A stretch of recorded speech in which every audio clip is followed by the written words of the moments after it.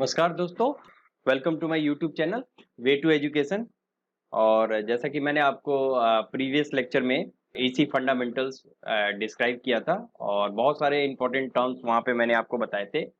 और वहाँ पर मैंने आपको आरएमएस और एवरेज वैल्यू भी बताया था कि आरएमएस वैल्यू क्या होता है किसी भी अल्टरनेटिंग करंट का और एवरेज वैल्यू क्या होता है किसी भी अल्टरनेटिंग करंट का। अब जनरली क्या होता है, जो हमारा यूनिवर्सिटी का जो सिलेबस है वहाँ पर किसी भी वेवफॉर्म का आरएमएस या एवरेज वैल्यू कैलकुलेट करने को आता है। ठीक है, तो मैं आपको कुछ जनरलाइज वेवफॉर्म लेकर के आरएमएस और एवरेज वैल्यू निकालूंगा और आप उस टेक्निक को यूज करके बाकी और कोई भी वेवफॉर्म है उसका आप आरएमएस और एवरेज वैल्यू इजिली कैलकुलेट कर सकते हैं। ठीक है, तो ये जो वेवफॉर्म है मैंने एक क्वेश्चन लिया है आपके यूनिवर्सिटी एग्जाम से ही। तो यहाँ पे अगर मैं देखूं तो ये जो वेवफॉर्म आप देख रहे हैं this is basically the half wave rectified waveform. ठीक है, एक हाफ वेव का वेवफॉर्म है, रेक्टिफाइड वेवफॉर्म है और इस वेवफॉर्म का मुझे आरएमएस और एवरेज वैल्यू कैलकुलेट करना है। ठीक है, सबसे पहले हम ये समझते हैं कि एवरेज वैल्यू और आरएमएस वैल्यू क्या होता है। ठीक है, तो पहले मैं आपको एवरेज वैल्यू समझा देता हूँ।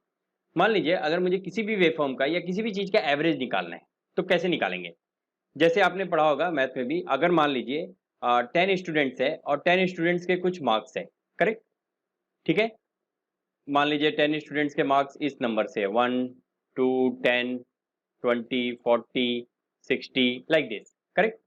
तो उसका एवरेज हम कैसे कैलकुलेट करते थे, सभी स्टूडेंट के 10 स्टूडेंट के मार्क्स को हम क्या करते थे, ऐड करते थे।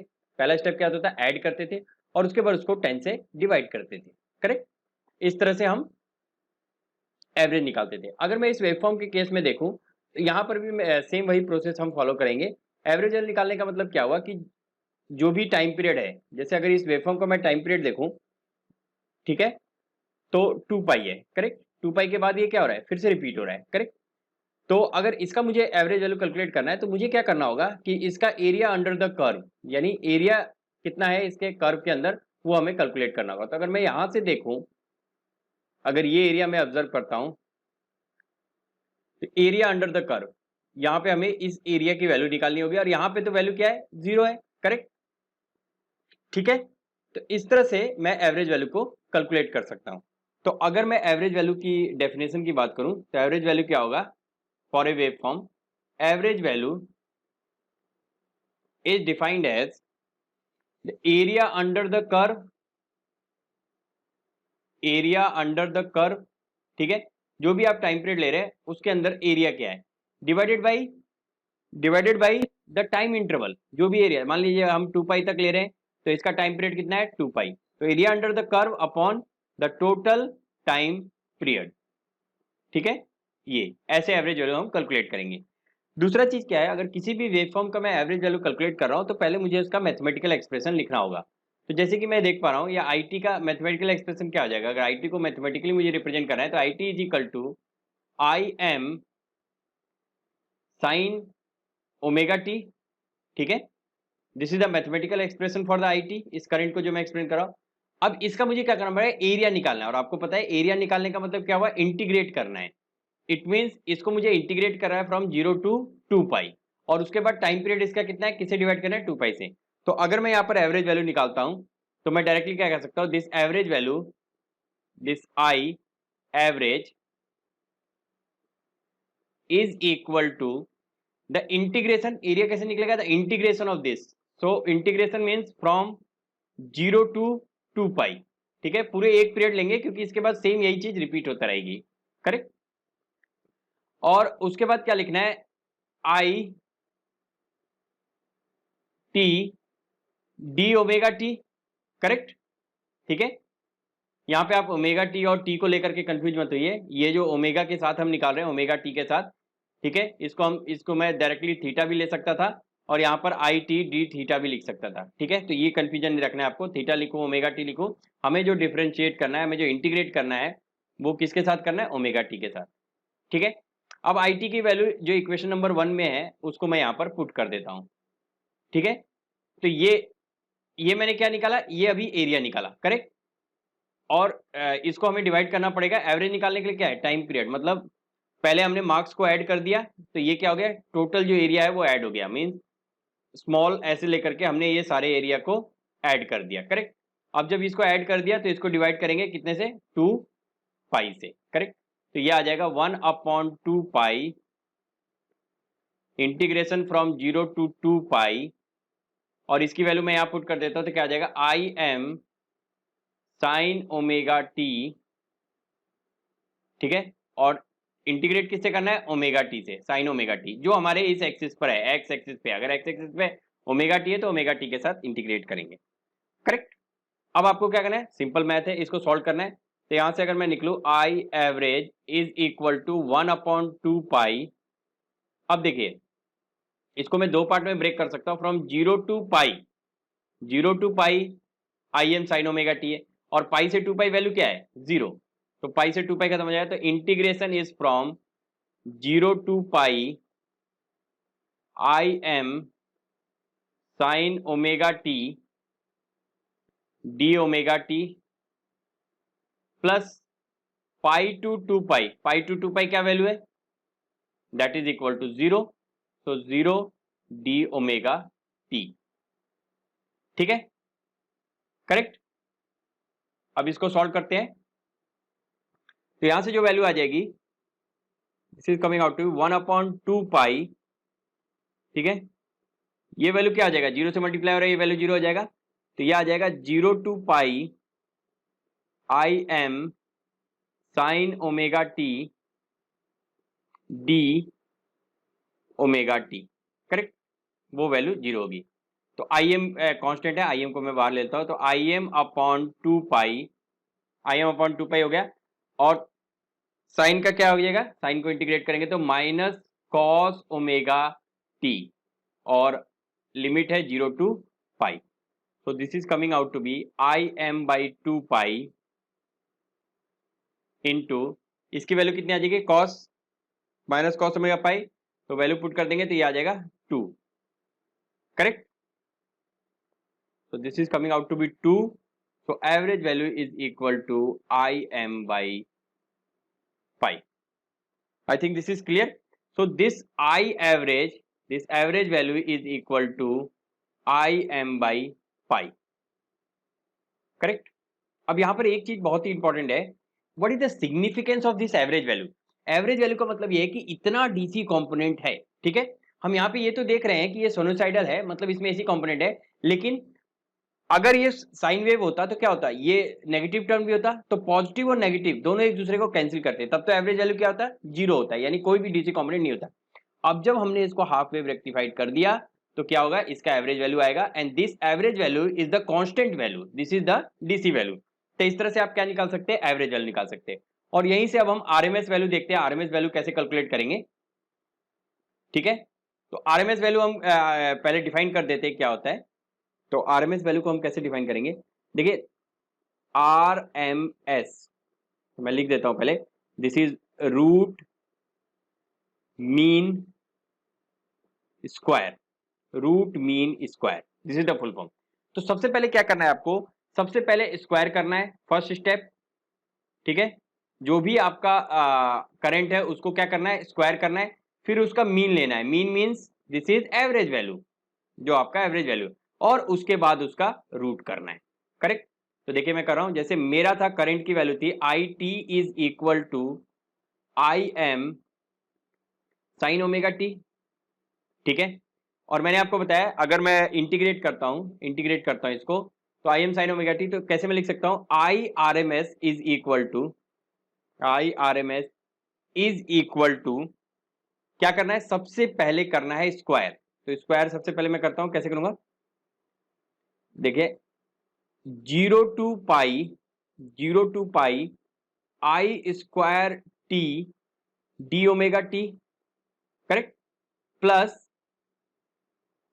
पाई to 2 pi I square T D omega T. देखिए ध्यान से देखिए, मैंने करंट का स्क्वायर किया, पहला स्टेप क्या किया, स्क्वायर किया करंट का। स्क्वायर करने के बाद क्या करना है, इसका एवरेज निकालना है। तो एवरेज निकालने का मतलब डिवाइडेड बाई 2 पाई, ये एवरेज निकल गया, मींस ये एरिया हो गया स्क्वायर का एरिया, और ये डिवाइडेड बाई 2, और उसके बाद क्या करना है, रूट करना है। So this is root of this, correct, ठीक है। तो इसको मैं थोड़ा सा और अच्छे से लिख देता हूं, मिक्सअप हो गया। So I R M S, इसको आपको समझना जरूरी है कैसे निकलेगा। I R M S is equal to 1/2 pi 0 to pi I square T D omega T plus pi to 2 pi I square T D omega T. ठीक है, इसको मैंने अलग अलग इसलिए लिखा है क्योंकि ये 0 हो जाएगा और ये हो गया पूरा, और इसके बाद इसका क्या करना है, आपको रूट करना है। तो इस तरह से आप आई आर एम एस की वैल्यू कैलकुलेट कर सकते हैं। तो मैं वैल्यू पुट कर देता हूं। So I R M S is equal to under root of, इसको हमें सॉल्व करना है 1/2 पाई 0 to पाई। अब इसको क्या करना है, स्क्वायर। ये तो वैल्यू 0 है, यहाँ पे आई टी की वैल्यू क्या है, इस लिमिट के लिए आई टी की वैल्यू 0 है, वेव फॉर्म में हमने देखा था, तो ये 0 हो जाएगा। तो यहां से आ जाएगा फ्रॉम 0 to पाई। अब आई स्क्वायर को वैल्यू पुट कर देते हैं, आई M square sine square omega T D omega T. Correct, ठीक है। तो इसको रूट ले लेते हैं, तो ये आ जाएगा 1/2 पाई। अब यहां से देखिए आई एम स्क्वायर कॉन्स्टेंट है, तो मैं आई एम स्क्वायर को बाहर ले लेता हूं। अब इसको कैसे सॉल्व करेंगे, इसको इंटीग्रेशन कैसे सॉल्व करेंगे, तो ये हो जाएगा 0 to pi sine square omega T को क्या करेंगे, 1 minus cos 2 omega T upon 2। मैं ऐसे लिख सकता हूं इसको इंटीग्रेट करना है डी ओमेगा टी के साथ। करेक्ट, ठीक है, क्लियर है। अब आगे देखते हैं इसको। अब कुछ नहीं करना है, इंटीग्रेशन करना है हमें। तो यहां से आ जाएगा is equal to under root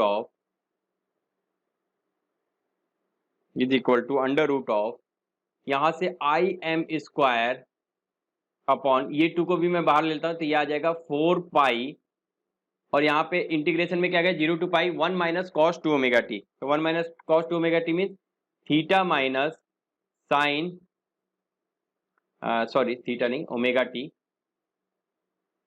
omega T minus sign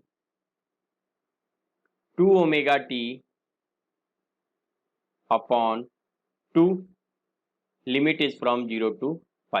So if I simply put this, so this is under root of I m square upon 4 pi। ठीक है, इसमें आप लिमिट पुट करेंगे तो ये वैल्यू आ जाएगा, this is coming out to be. ठीक है, तो इस वैल्यू को आप सॉल्व करेंगे तो ओमेगा टी माइनस 2 साइन ये पुट करेंगे तो this is coming out to be omega T आएगा। इसकी वैल्यू कितनी आ जाएगी, इसकी वैल्यू पाई तो 0 हो जाएगा, तो इसकी वैल्यू तो 0 हो जाए तो पाई माइनस 0, ये वैल्यू आ जाएगा पाई। ठीक है, तो यहाँ से पाई ये कट हो गया, तो ये आ गया under root of I M square upon 4। So this is coming out to be I M by 2। So this is the R M S value, root mean square value is equal to I M by 2। I R M S का क्या significance है ये मैं आपको already बता चुका हूँ। This is related to the heating effect. तो जितने भी जो आपके एनालॉग मीटर्स है, जो मीटर रीडिंग हम देखते हैं, इलेक्ट्रिक मीटर जो एनालॉग मीटर जो रीडिंग दिखाते हैं, वो हमेशा किस में वैल्यू दिखाते हैं, आईआरएमएस में वैल्यू दिखाते हैं।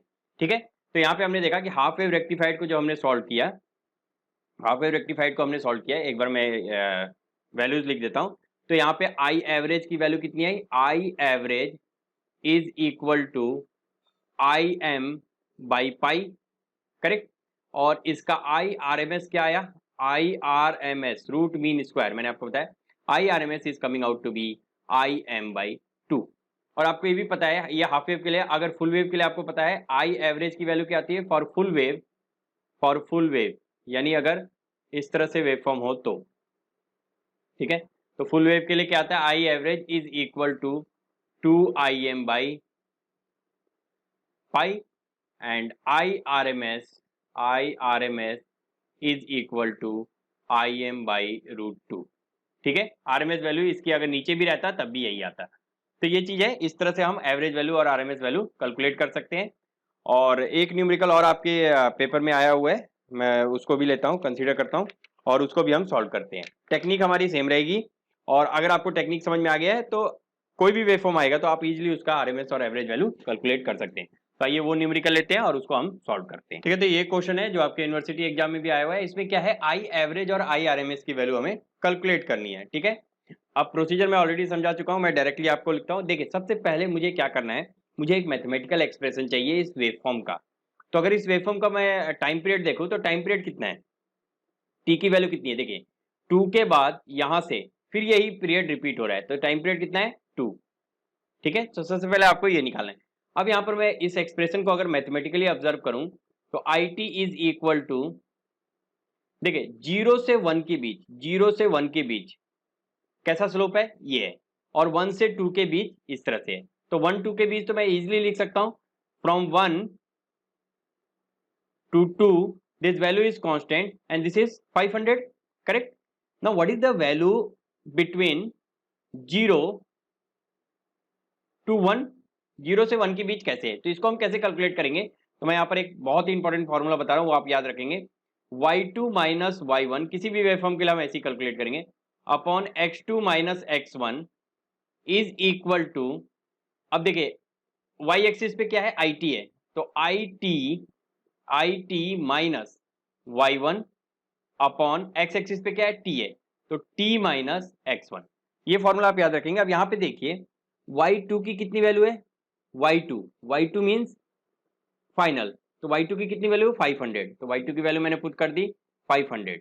y1 मतलब इनिशियली कहां से स्टार्ट हुआ था, 0 से स्टार्ट हुआ है। कई बार ऐसा भी हो सकता है कि 0 से स्टार्ट ना हो, ऐसा हो, तो वो भी आपको ध्यान में, तो ये y1 की वैल्यू होगी 0। x2 की वैल्यू कितनी है, x2 जब ये फाइनल था तो इसकी वैल्यू कितनी है 1, तो यहाँ पे मैंने लिख दिया 1, और x1 की वैल्यू कितनी है 0। ठीक है, तो सारी वैल्यूज आपके पास आ गई। सिंपली मैं यहाँ पे पुट कर देता हूँ, तो 500 minus 0 upon 1 minus 0 is equal to I T, y1 0 ही है, माइनस 0 अपॉन t माइनस 0। तो अगर यहां से मैं एक्सप्रेशन निकालता हूं आई टी का, तो आई टी का क्या एक्सप्रेशन आ जाएगा, ये 500 t। तो इस तरह से आप निकालेंगे। ठीक है, इसमें आपको इजी लग रहा होगा कि डायरेक्टली मैं स्लोप कैलकुलेट करके कर लूंगा, लेकिन अगर कहीं पे नेगेटिव स्लोप आएगा या कहीं और से स्टार्ट होगा तो ये मेथड हमेशा वैलिड है।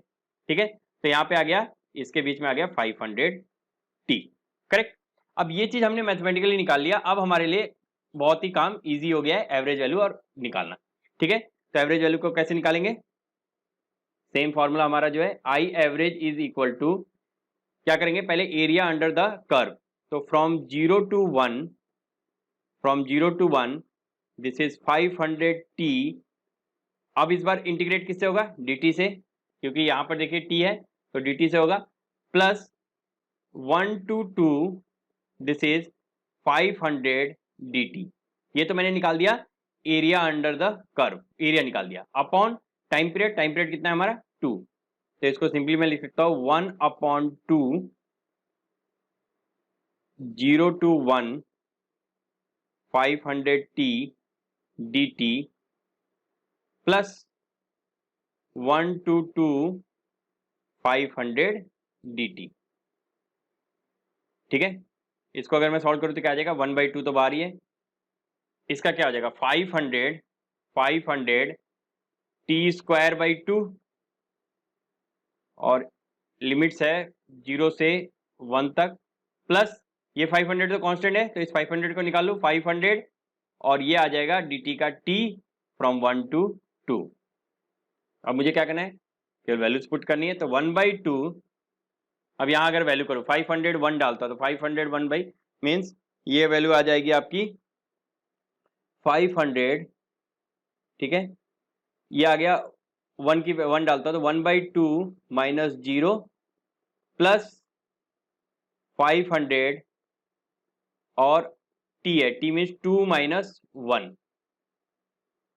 ठीक है, तो यहां से आ गया आपका 500/2 मीन्स 250, तो 1/2 ये हो गया 250 plus 500, so this is equal to 750/2, और we can say I average is equal to 750/2, this is 375 ampere. ये आपका आई एवरेज की वैल्यू आ गई। इजी है, करेक्ट। अगर आप देखो कॉन्सेप्ट लेके चलोगे तो इजी है। नहीं आप याद रखना है, याद रखोगे तो उससे फिर आप कोई और वेवफॉर्म आ गया तो वहां प्रॉब्लम हो जाएगी। पहले डिस्कस किया था। तो I R M S is equal to, पहले इंटीग्रेशन का स्क्वायर कर देते हैं, तो 0 से 1 के बीच क्या था, 500t था, तो 500t का मैंने स्क्वायर कर दिया और इंटीग्रेट कर दिया dt से, प्लस 1 से 2 के बीच 500 कांस्टेंट था, तो 500 का स्क्वायर कर दिया और इंटीग्रेट कर दिया dt से। करेक्ट। अब इसको क्या करना है, अपॉन, अपॉन में क्या आएगा, total time period, total time period 2, और उसके बाद क्या करना है, इसका रूट करना है। तो ये आ गया। ठीक है, अब इसको सॉल्व करते हैं। तो मैं एक काम करता हूँ, इस रूट के बाहर लेता हूँ, तो आई अपॉन रूट 2 बाहर निकाल लेता हूँ।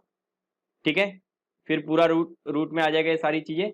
अब इसका क्या होगा, इसका होगा देखिए 500 का स्क्वायर यहाँ पर, तो ये हो जाएगा 500 टी क्यूब बाई 3।